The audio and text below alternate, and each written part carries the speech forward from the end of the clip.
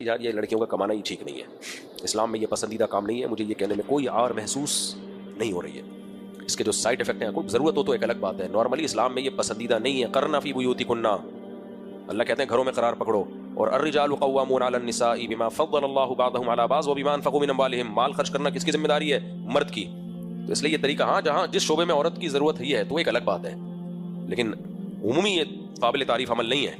اور میں آپ کو وصیت کر رہا ہوں کہ جو میرے بیان سنتے ہیں، جو مجھے سمجھتے ہیں کہ میں کوئی ٹھیک بات کرتا ہوں، تو ان کو وصیت کر رہا ہوں، وہ وصیت یہ ہے کہ آپ اپنے خاندان میں رواج بناؤ کہ ہماری عورتیں کماتی نہیں ہیں، بس ہماری پرمپرا ہے یہ۔ کوئی کمانے والی بہو آ رہی ہے، بولو بھائی آپ کو جاب چھوڑنی پڑے گی۔ کیوں بھائی؟ دلائل دو گے نا تو کبھی بھی نہیں جیت سکتے آپ دلائل کی دنیا میں۔ آپ بولو بھائی ہم اپنے خاندان کی حفاظت کرنا چاہتے ہیں اور ہماری رسم ہے کہ ہماری بہویں گھروں میں رہتی ہیں، تو اگر آپ جاب چھوڑ دیں گی تو شادی ہو جائے گی، ورنہ نہیں۔ ہماری رسم ہے بھائی، ہوتا ہے نا، اپنی پرمپرا ہوتی ہے، اپنی خاندانی روایات ہوتی ہیں۔ تو میں نے تو ایسے ہی کیا ہوا ہے۔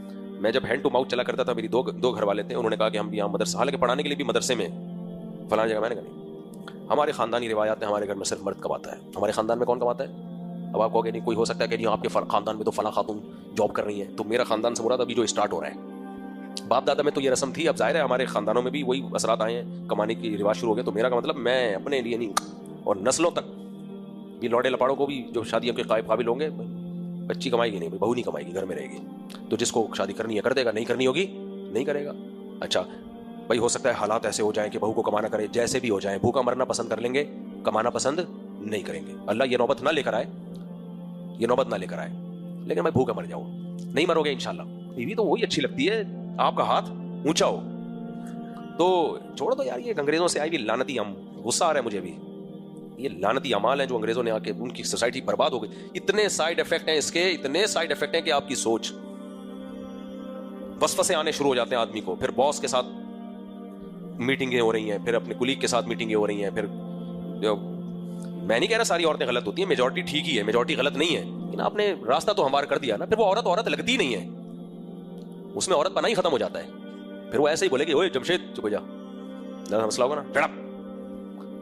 اب خواتین کہتی ہیں اصل میں یہ نا عورتوں کو غلام بنا کے رکھنا چاہتے ہیں، اس لیے کہتے ہیں کہ ہمارے مردوں کے ٹکڑوں پہ پلے، آپ جو مرضی بولتی رہو، ہم نہیں کمانے دیں گے، ٹھیک ہے نا۔ ہمارے خاندان میں کسی نے بہو بن کے آنا ہے، وہ نہیں کمائے گی، اس میں عورت کی عزت ہے۔ مرد یہ نہیں ہوتا کہ عورت کو غلام بنا کے کھلاتا ہے، بلکہ غلام بن کے کھلاتا ہے۔ آج کل کوئی بیوی کو کھلانے سے بیوی اس کی غلام نہیں بن جاتی ہے، بکواس بات ہے، یہ سب نعرے بازی ہے کہ جب مرد کھلائے گا تو غلام۔ بھائی مرد تو بیوی، اس کو پتا ہے میری ذمہ داری ہے، غلام کیسے؟ غلام اور باندی کیسے بن گئی وہ؟ آپ کے باپ نے آپ کی ماں کو کھلایا پلایا تھا، تو کیا آپ کی ماں غلام بن گئی تھی آپ کے ابا کی؟